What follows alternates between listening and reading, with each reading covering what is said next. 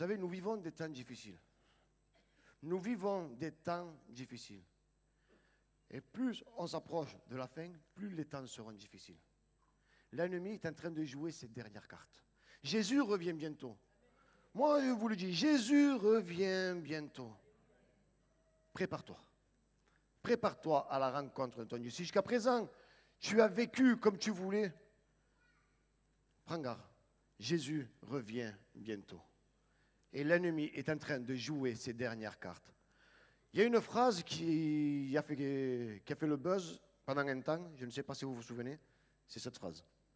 Nous sommes en guerre. Et c'est une réalité. Nous sommes en guerre. Pas la guerre, la Russie avec l'Ukraine, non, non, nous sommes en guerre. Nous sommes en guerre. Le peuple de Dieu est en guerre contre les dominations. Le peuple de Dieu est en guerre. Non, même mieux. Ce sont les dominations qui sont en guerre contre nous. Parce que lorsque nous avançons, c'est lui qui recule. C'est son territoire qui recule. Et il sait que sa fin est proche. Nous sommes en guerre. Voilà pourquoi il nous est dit dans la parole de Dieu, dans Éphésiens chapitre 6 et verset 13, c'est pourquoi prenez toutes les armes de Dieu afin de pouvoir résister dans le mauvais jour et tenir ferme après avoir tout surmonté. Lorsque je regarde ça, ça nous prouve que nous sommes en guerre. Nous avons des armes qui sont à disponibilité, que Dieu nous donne. Voilà pourquoi il nous est dit, prenez toutes les armes de Dieu. Et surtout, lorsqu'on continue la lecture, il dit, pour pouvoir résister dans le mauvais jour et de tenir ferme après avoir tout surmonté. Si j'analyse simplement ce verset, ça veut dire que nous allons sortir victorieux. Après avoir tout surmonté, ça veut dire qu'on est sorti victorieux. On a des batailles, on a des guerres, on se revertit des armes et automatiquement, on doit sortir victorieux. C'est ce qui est écrit. Après avoir tout surmonté. Quelle grâce et quel privilège lorsque nous sommes là, que nous sommes au combat et que nous sortons victorieux. Nous sommes dans la joie, nous sommes bénis, nous sommes merci Seigneur parce que tu es avec moi. Merci Seigneur parce que cette épreuve, je l'ai surmontée. Merci Seigneur parce que j'ai utilisé le bouclier de la foi.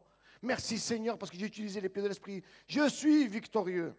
Et gloire à Dieu pour les victoires que Dieu nous accorde. Mais nous n'allons pas nous voiler la face. Est-ce que toutes les batailles, vous les avez gagnées? Ah. Moi, je ne les ai pas toutes gagnées. Il y a des batailles où je les ai perdues. Et comment est-ce possible? Alors, si je suis revêtu des armes que Dieu me donne, si Dieu est avec moi, comment est-ce possible que je perde cette bataille? Comment est-ce possible que je sois à genoux? Parce que quelquefois, dans nos batailles, nous manquons de discernement. Quelquefois, dans nos batailles, nous ne sommes pas attentifs à la voix de l'Esprit. Et ce matin, c'est ce que Dieu nous demande. Ayons du discernement. Nous avons les armes de Dieu, gloire à Dieu. Dieu est avec nous, gloire à Dieu. Mais ayons le discernement pour savoir comment combattre, pour savoir quand combattre. Ayons du discernement. Mais discernement de quoi? Discernement sur qui? Un exemple. Discernement. Quand doit-on combattre? Il y a des moments dans la vie où nous allons chercher à combattre, mais Dieu nous dit, c'est pas le moment. Pourquoi tu veux combattre? C'est pas le moment. Nous allons prendre un exemple dans la parole de Dieu. Vous savez que le peuple d'Israël était en esclavage dans le pays d'Égypte pendant plus de 400 ans. Dieu va susciter un libérateur. Dieu va sortir le peuple d'Israël du peuple d'Égypte et il va leur montrer la terre promise. Là, juste là, en face. Sortez, la terre promise est à vous. Et voilà ce qu'il va dire. Et lorsque Pharaon laissa aller le peuple, Dieu ne les conduisit point par le chemin du pays des Philistins, quoique plus proche, il était juste en face. Car Dieu dit, le peuple pourrait se repentir en voyant la guerre et retourner en Égypte. Mais Dieu fit faire au peuple un détour par le chemin du désert, vers la mer Rouge. Les enfants d'Israël montèrent en armes hors du pays d'Égypte. On va revenir un peu en arrière. Quoique plus proche. Plusieurs fois, nous sommes là. Nous sommes dans une épreuve qui dure et qui dure. Dieu envoie un libérateur ou Dieu va nous faire sortir de cette épreuve, mais il va nous montrer, voilà, ta destination, elle est là. Elle est en face. Tu la vois. Mais quelquefois, Dieu nous dit, mais ce n'est pas le moment encore de combattre. Je te montre là où tu vas atterrir. Je te montre la bénédiction, mais ne t'engage pas trop vite. Attends. Il y a des Philistins là-bas. Tu n'es pas encore prêt pour le combat. Et nous, quelquefois, nous voulons devancer le pas. Nous, quelquefois, nous voulons aller plus vite que la musique. Ça y est, parce que ça y est, je suis sorti d'Égypte, parce que je vois la bénédiction qui est en face, mais ça y est, les Égyptiens sont loin, maintenant je peux y aller, je peux y aller. Et quelquefois, nous ne sommes pas attentifs à la voix du Saint-Esprit. Quelquefois, nous manquons de discernement, simplement parce que nous sommes impatients. Ce n'est pas parce que Dieu te le montre maintenant que tu vas l'avoir maintenant. Quelquefois, Dieu nous dit, patiente, tu n'es pas encore prêt pour ce combat. Tu n'es pas encore prêt pour battre le Philistin. Patiente. Dieu va te faire un détour. Et quelquefois, on n'aime pas faire le détour. On sort, on voit Égypte qui est derrière. On voit la destination, on voit le bout du tunnel, on voit la lumière qui est au bout. Et nous, nous voulons aller devant. Mais si Dieu nous dit de faire un détour, faisons un détour. Dieu sait ce qui est bon pour nous. Ayons le discernement de savoir quand aller combattre et quand s'arrêter. Si Dieu nous dit de ne pas combattre, je ne vais pas combattre, je vais me fatiguer pour rien. Je vais m'user et je risque de perdre la bataille. Et je vous garantis que quand on perd une bataille, c'est dur de se relever. Alors si Dieu nous évite, écoutons la voix du Saint-Esprit. Évitons des combats inutiles. Même si nous voyons le but. Si Dieu nous dit ce n'est pas le moment, ce n'est pas le moment. Autre discernement, qui doit combattre? Dieu ou nous? Il y a des situations où nous devons laisser Dieu agir. Il y a des situations où c'est Dieu qui combat pour nous. Il y a des situations où Dieu va nous dire, va, combat, je suis avec toi. Mais il y a des situations où c'est Dieu qui doit agir. Et nous ne devons rien faire. Nous devons être attentifs. Alors, Seigneur, dis-toi que je te laisse faire. Si je vais aller moi avec mes propres tactiques, si je vais aller moi avec ma propre façon de faire, et je ne veux pas laisser Dieu, Seigneur, tu es avec moi, je te laisse agir, mais il faut faire comme ci, comme ça, comme ça et comme ça. Est-ce que c'est Dieu qui combat ou est-ce que c'est nous qui voulons combattre? Laissons Dieu combattre à notre place. Il est dit, l'Éternel est un vaillant guerrier et l'Éternel est son nom. Lorsque le peuple d'Israël, une fois de plus, était dans le désert face à la mer Rouge et que les Égyptiens étaient derrière, waouh! Comment on est sorti des Égyptiens? Mais maintenant, ils sont derrière. Il ne faut pas oublier qu'à ce moment-là, l'armée égyptienne, c'était une des plus puissantes. Qui peut combattre contre l'armée égyptienne? Personne. À ce temps-là, personne. Et spirituellement, qui peut combattre contre l'ennemi de nos âmes? Personne. Arrêtons de le sous-estimer. Il est méchant, il est fort, il est puissant. Nous, nous avons le Tout-Puissant. Mais lui, il est fort. Il y a des situations où l'ennemi est là, il est à nos trousses. Et nous n'avons pas d'autre choix que de laisser Dieu agir. Arrête de combattre avec tes propres forces, tu ne vas pas y arriver. Et ce discernement, tu as les armes de Dieu, gloire à Dieu. Jésus est avec toi, gloire à Dieu. Mais il y a des moments dans notre vie où il faut le laisser faire complètement. Seigneur, je m'abandonne à toi. Regardez ce qu'il a fait. Il a lancé dans la mer les chars de Pharaon et son armée. Ces combattants d'élite ont été engloutis dans la mer Rouge. Quand on laisse Dieu agir, quand Dieu nous dit, laisse-moi faire, repose-toi, c'est moi qui vais agir. L'Éternel est un vaillant combattant. Laisse-le agir. Que nous ayons ce discernement de savoir écouter la voix de Dieu. Quand il me dit, reste tranquille, reste à ta place, je vais combattre pour toi. Et si c'est l'Éternel qui combat pour nous, l'ennemi n'a aucune chance. Laissons-le faire. Il y a des situations où nous devons le laisser faire. Je suis à bout, je n'en peux plus. Mais si je continue avec mes tactiques, si je continue avec ma façon de faire, si je continue avec mes stratégies, Dieu va se remettre en retrait. S'il va me dire, ah ben tiens, je te laisse faire. Il ne faut pas oublier quelque chose. Lorsque Dieu veut quelque chose, il obtient. Qui je suis moi pour aller à l'encontre de la volonté de Dieu?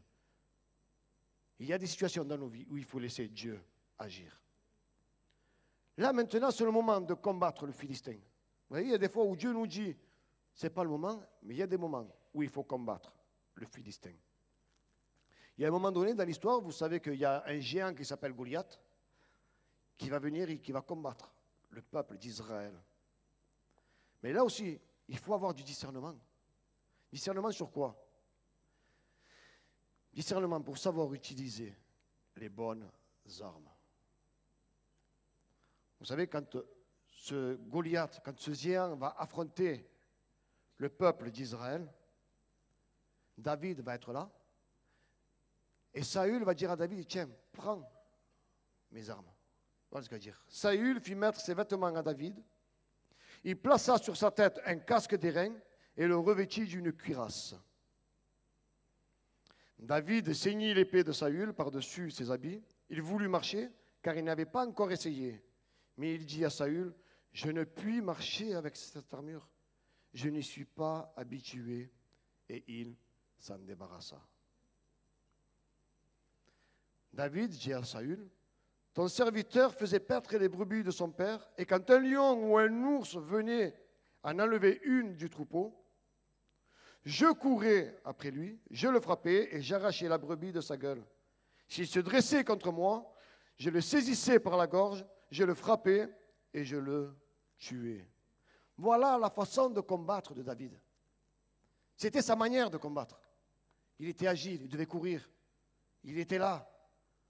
S'embarrasser d'une armure, pour lui, c'était pas bon. C'était pas sa manière de combattre. Et quelquefois, nous voulons combattre en utilisant les armes des autres. C'est ton combat. Si c'est toi qui dois les combattre, utilise ce que tu as et mets-les entre les mains de Dieu. Dieu dira à Moïse, qu'as-tu entre tes mains? Un bâton. Va avec ce bâton. Ne soyons pas des imitateurs. Si Saül, lui, se battait avec son casque, avec son épée et son armure, ce n'est pas le cas de David. Si moi, j'ai réussi à passer un problème, une difficulté, parce que je me suis mis à jeûner, gloire à Dieu pour ceux qui jeûnent, gloire à Dieu pour ceux qui prient, et à la fin de mon jeûne, Dieu m'a exaucé, Dieu m'a donné la victoire, gloire à Dieu. Mais si toi, tu passes par la même épreuve, ce n'est pas parce que moi, je l'ai passé dans le jeûne, que toi, la victoire, tu l'auras dans le jeûne. Peut-être, toi, c'est simplement demander pardon. Quelquefois, ce n'est pas compliqué. Quelquefois, on perd des batailles, on est là, et on est là. Et Dieu nous dit, mais ce n'est pas avec ces armes-là que tu vas combattre. Ce n'est pas avec ces armes-là que tu vas gagner. Il te manque le pardon dans ton cœur. Et quelquefois, simplement, Seigneur, je reconnais. On va voir la personne, on demande pardon. Et ça y est, la victoire, tu l'as. Pourtant, tu n'as pas combattu avec les mêmes armes. Moi, j'ai gagné avec le jeûne, mais toi, c'est avec le pardon. Peut-être un autre va se mettre à méditer la parole de Dieu. Dieu va lui révéler à travers la parole et il aura la victoire parce qu'il va savoir comment agir. Tous les combats ne se mènent pas de la même manière, même si les combats se ressemblent. Et ce n'est pas parce que j'ai gagné mon combat d'une certaine manière que vous devez m'imiter ou que moi je dois vous imiter. Tu l'as gagné d'une certaine manière, gloire à Dieu. Seigneur, dis-moi maintenant que j'ai le discernement. Quelle arme je dois utiliser? Est-ce que c'est le moment de monter le bouclier de la foi? Ou est-ce que c'est le moment d'utiliser la cuirasse de justice? Seigneur, justifie-moi. Ayons le discernement à utiliser les bonnes armes quand il faut. Si on ne fait pas ça, on va perdre ce combat. Que Dieu nous aide à avoir le discernement. Un autre discernement. Vous voulez gagner des combats? Moi, je veux gagner les combats. Je ne veux plus perdre de combat. Et un autre discernement. Combattre le bon adversaire. Combien de fois nous nous trompons d'adversaire?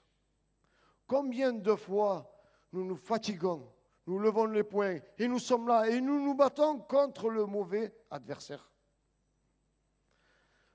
Lorsque David va arriver sur le champ de bataille, voilà pourquoi il est allé sur le champ de bataille. 1 Samuel 17, 17.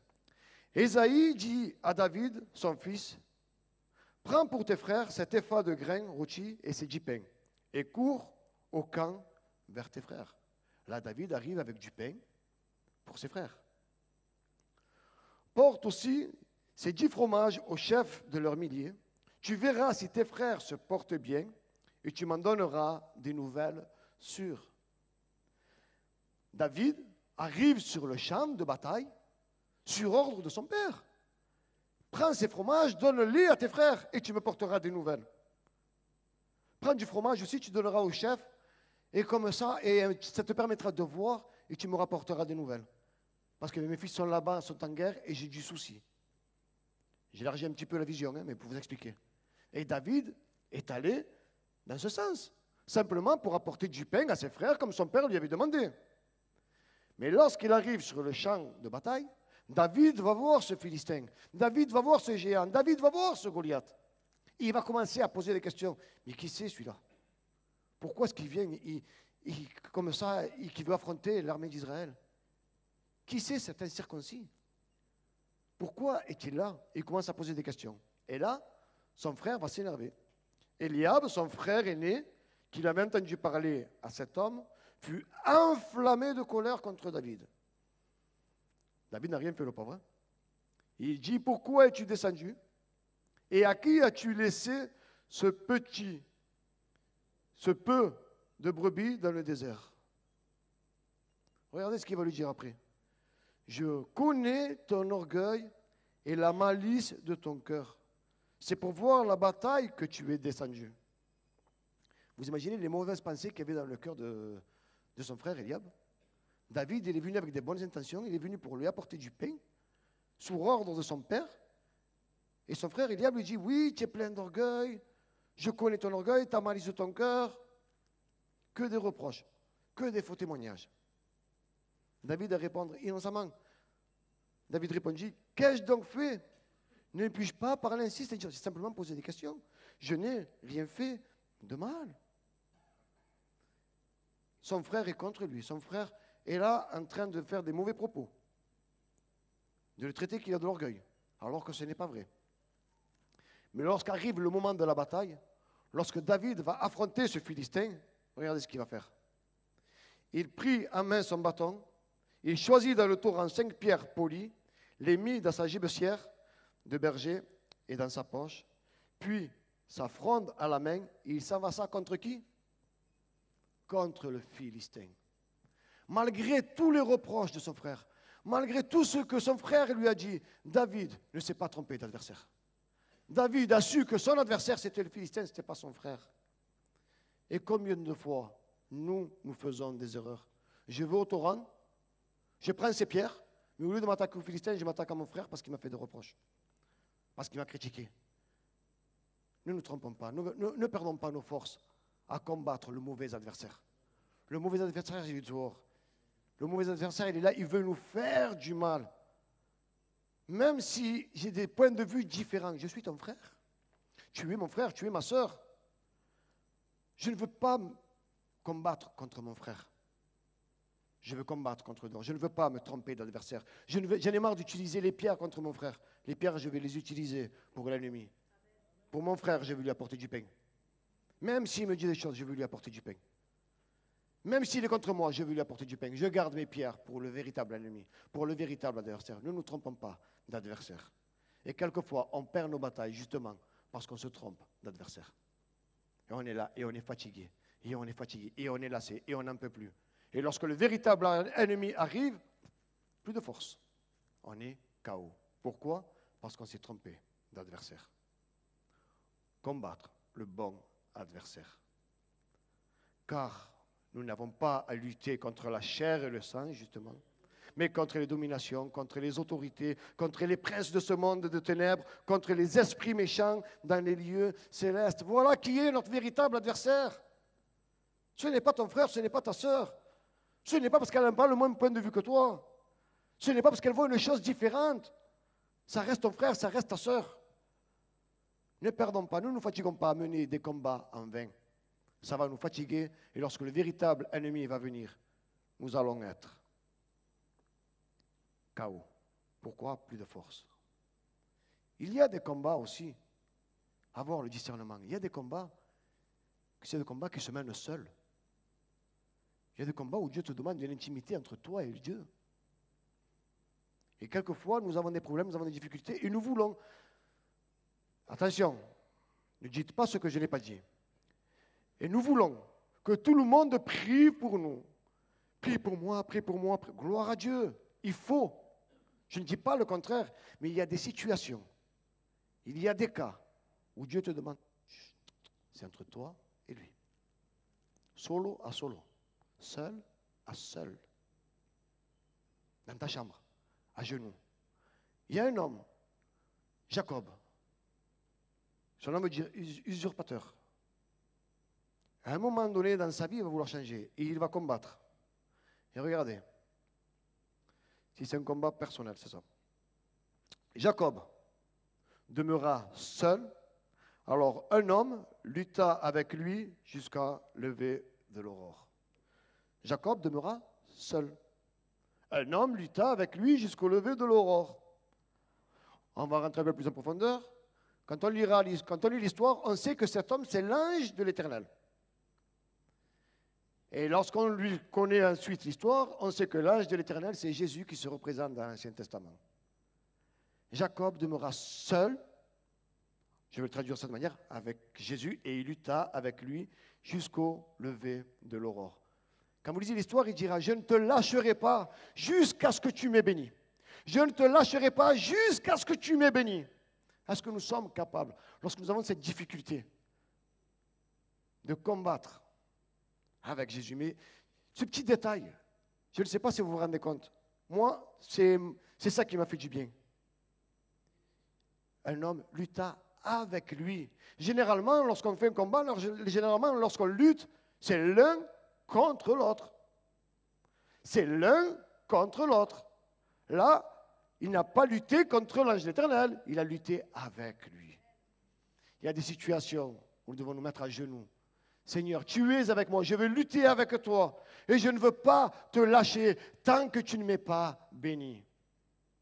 C'est quelque chose de personnel entre toi et Dieu. Il y a des prières qui sont collectives que je peux amener à l'église. Il y a des situations qui sont plus restreintes, que c'est entre moi, ma femme et ma famille, que je ne peux pas partager avec tout le monde. Et il y a aussi des situations qui sont personnelles, qui sont entre moi et Dieu. Quelquefois, ces combats, il faut mener une vie personnelle entre toi et Dieu. Il faut prier, gloire à Dieu. Mais il y a des situations, ayons le discernement. Est-ce que ce problème, c'est un combat personnel? Est-ce que je dois combattre avec toi? Ou est-ce que j'ai besoin de renfort? Ayons le discernement. Ayons le discernement si nous voulons remporter des victoires. De la même manière qu'il y a des combats qui se mènent seuls, il y a des combats qui se mènent dans l'union. Et là, c'est l'inverse. Il y a des fois des situations que Dieu nous dit, mais tu n'es pas seul. Tu as des frères, tu as une église, tu as des sœurs. Pourquoi mènes-tu ce combat tout seul? Et quelquefois, nous manquons de discernement, nous faisons le contraire. Des situations où nous devons les apporter pour avoir de l'aide, nous voulons combattre tout seul. Non, c'est pour moi. Tu as un problème? Non, non, tout va bien. Tout va bien. Et c'est le cancan. C'est la misère. C'est la catastrophe. Ayons ce discernement. Il y a des situations où tu ne peux pas les remporter tout seul. Vous savez, lorsque les Amalécites étaient en Israël et qu'ils sont venus attaquer le peuple d'Israël dans le désert, regardez. Alors Moïse dit à Josué, choisis-nous des hommes, sors et combat Amalek. Demain, je me tiendrai sur le sommet de la colline, la verge de Dieu à la main. Josué fit ce qu'il avait dit Moïse pour combattre Amalek. Et Moïse et Aaron et Hur montèrent au sommet de la colline. Et le plus intéressant, c'est ça.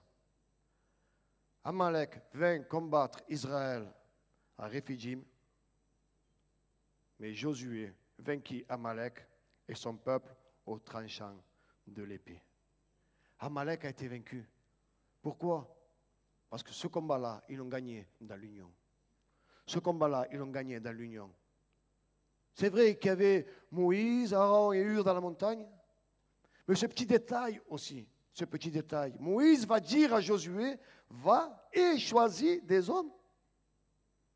C'est à toi à choisir avec qui tu dois combattre. Ne regarde pas, je me sens libre ce matin, ne regarde pas le titre, ne regarde pas la fonction, mais regarde l'homme C'est lui qui peut t'aider dans cette situation.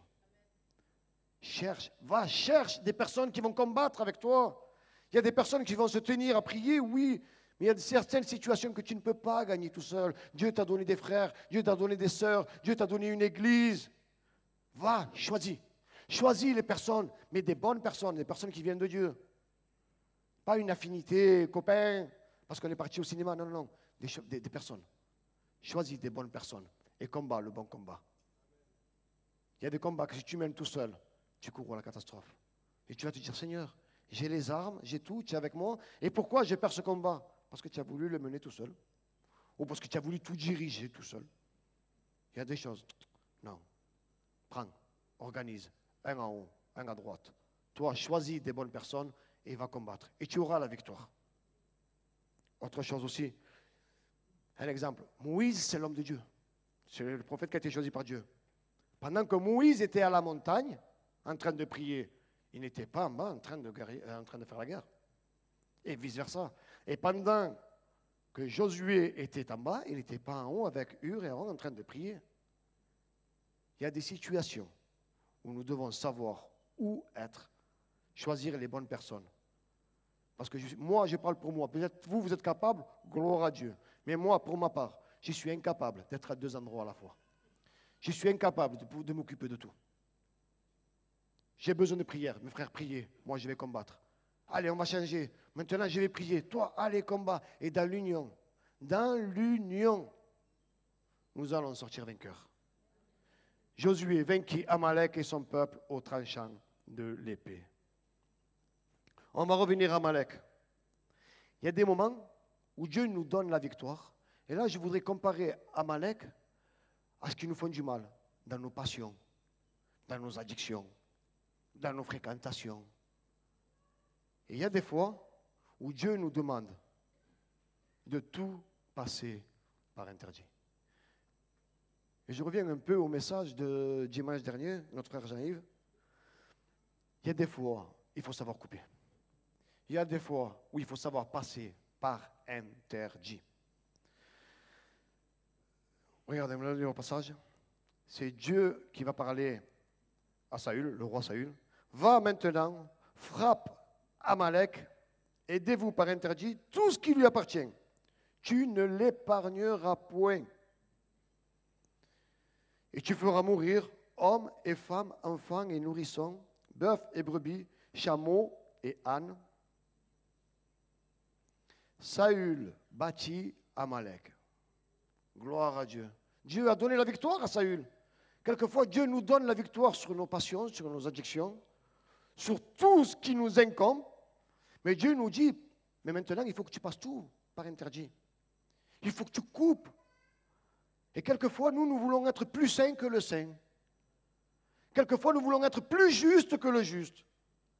Quelquefois, nous voulons comprendre mieux que ce que Dieu comprend. Seigneur, mais quand même, des enfants, des nourrissons, c'est gros que tu me... Non, ça, je ne peux pas le faire. Je vais battre Amalek, mais je vais garder quelques petits trucs avec moi. On veut être plus sain que le saint. Mais si Dieu demande de tout passer par interdit, c'est qu'il a une raison, Dieu connaît tout. C'est lui l'omniscient, ce n'est pas moi. Avons-nous tout passé par interdit?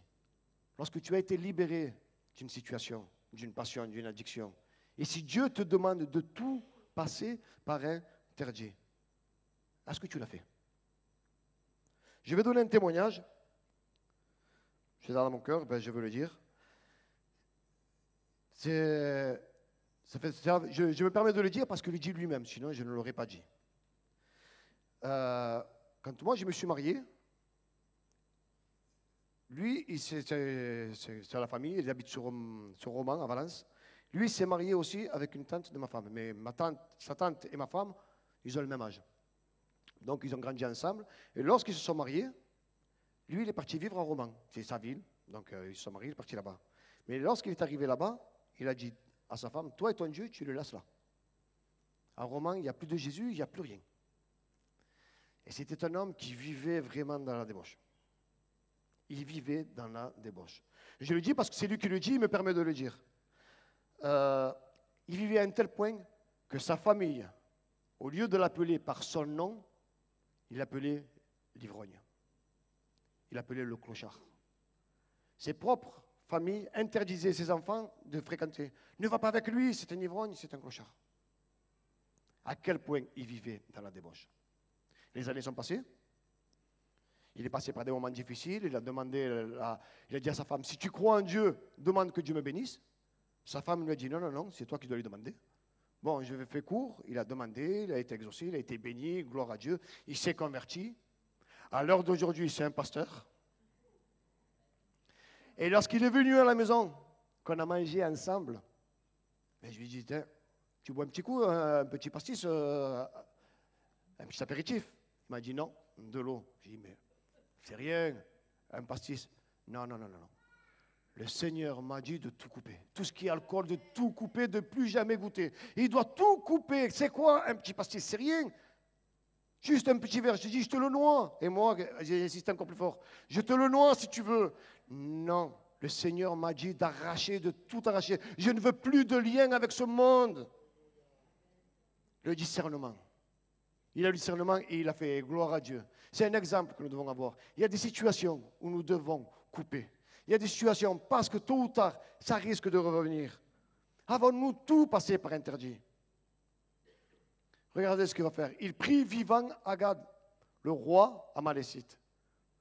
Le roi d'Amalek, il dévoua par interdit tout le peuple en le passant par le fil de l'épée.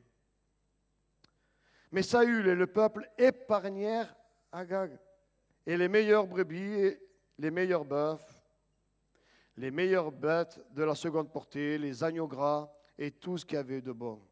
Regardez bien. Ils ne voulurent pas le dévouer par interdit, et ils dévouèrent seulement tout ce qui était méprisable et chétif. Dieu t'a dit, passe tout par interdit. Coupe, il ne doit plus rien rester d'Amalek. Pourquoi gardes-tu le roi en vie? Et lorsqu'on garde le roi en vie, on garde sa descendance aussi. On garde sa famille. Parce que si vous lisez l'histoire, lorsque Samuel va s'en rendre compte, il va prendre le roi et il va l'égorger. Donc Samuel va tuer le roi, mais ses descendants. Saül les a laissés en vie. Saül les a laissés en vie. Et quelles conséquences? Quelles conséquences? Plus tard, lorsque David devient roi, lorsque David arriva le 3e jour à Tsiklag, avec ses gens, les Amalécites, ils sont encore là, avaient fait une invasion dans le Midi et à Tsilglad, ils avaient détruit et brûlé Tsilglad. Après avoir fait prisonniers les femmes et tous ceux qui s'y trouvaient, petits et grands, ils n'avaient tué personne, merci Seigneur, mais ils avaient tout amené et s'étaient remis en route. Waouh! Ce sont les Amalécites qui ont fait ça? Oui. Saül, si tu aurais coupé, il ne serait pas revenu à la charge. Si tu aurais tout coupé, si tu aurais passé, ne te fais pas plus saint que le saint. Il y a des fois où Dieu nous demande de couper. Il y a des fois où Dieu me demande de couper des relations. Il y a des relations qui sont, oui, je le répète, il y a des relations des fois qui sont toxiques. Si Dieu me demande de les couper, eh bien, je dois les couper. Même si ça fait mal, même si je ne veux pas.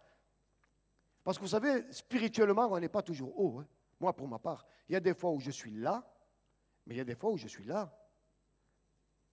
Et comme par hasard, tout ce qu'on veut garder dans nos cœurs, toutes ces racines, c'est quand qu'elles vont ressurgir? Lorsqu'on est mal. Et c'est là qu'elles vont ressurgir.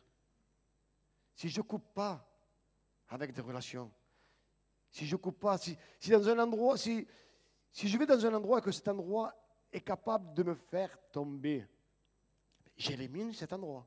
Là-bas, il ne faut plus que j'y aille. Ça ne veut pas dire que les autres ne peuvent pas y aller. Non, non, non. Mais il faut couper.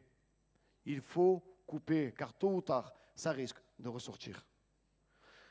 Il y a des personnes qui ont été libérées des dominations ténébreuses. Je veux dire le mot tel qu'il est. Des personnes qui étaient possédées ont été libérées. Et je rends gloire à Dieu. Parce que Dieu libère et Dieu encore libère. Mais une fois que ces personnes ont été libérées, ils doivent couper tout ce qui est du monde spirituel. Eux, ils n'ont pas le droit ni de regarder un paquet de cartes de tarot, ni de regarder un petit film de sorcier. Ils n'ont pas le droit. Toi, tu dois tout couper. Tu dois couper tous les liens qui ont un rapport avec le domaine spirituel. Tu as été libéré, tu as quelque chose qui risque de te rattacher. Tu as quelque chose qui risque de te rappeler le jour où tu es faible. Coupe, coupe, coupe. Même si ça te paraît difficile, coupe. Si tu as des amis qui touchent ce domaine, coupe, coupe. Oui, mais je ne peux pas, c'est mes amis. Encore une fois, on va être plus saint que le saint. Et on va connaître mieux que Dieu. Si Dieu nous demande à nous de couper, il faut couper. Parce que ces conséquences ne sont pas encore terminées.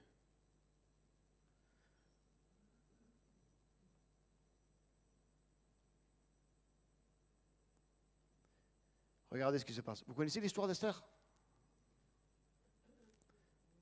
Regardez. Après ces choses, le roi Assyrus fit monter au pouvoir Aman, fils d'Amédata, l'Agagite.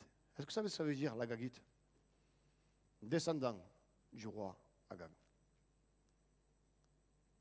Et si cet Aman a voulu tuer le peuple d'Israël, qui avait préparé une potence et qui voulait exterminer le peuple d'Israël, peut-être parce qu'il s'est souvenu que le peuple d'Israël faisait la guerre. Eh oui. Ils sont passés par des moments difficiles. Dieu a mis sa main. Dieu a utilisé Esther et Mardoché, qui est son cousin. Mais si Saül avait fait son travail, est-ce qu'il serait apparu? Non. Si Dieu nous demande de couper, il faut couper. Parce que le jour où on pense le moins, il risque de refaire surface. Cette racine risque de monter. Ça risque de faire surface simplement parce que nous n'avons pas eu ce discernement de couper quand il fallait couper. Nous avons été heureux de vous proposer ce message. Déjà, s'il vous a plu, n'hésitez pas à le liker, voire à laisser un commentaire. Ça permettra à la vidéo de rayonner davantage auprès des autres utilisateurs. Aussi, abonnez-vous à notre chaîne. Ça vous permettra de bénéficier en continu du reste de nos programmes. Que Dieu vous bénisse.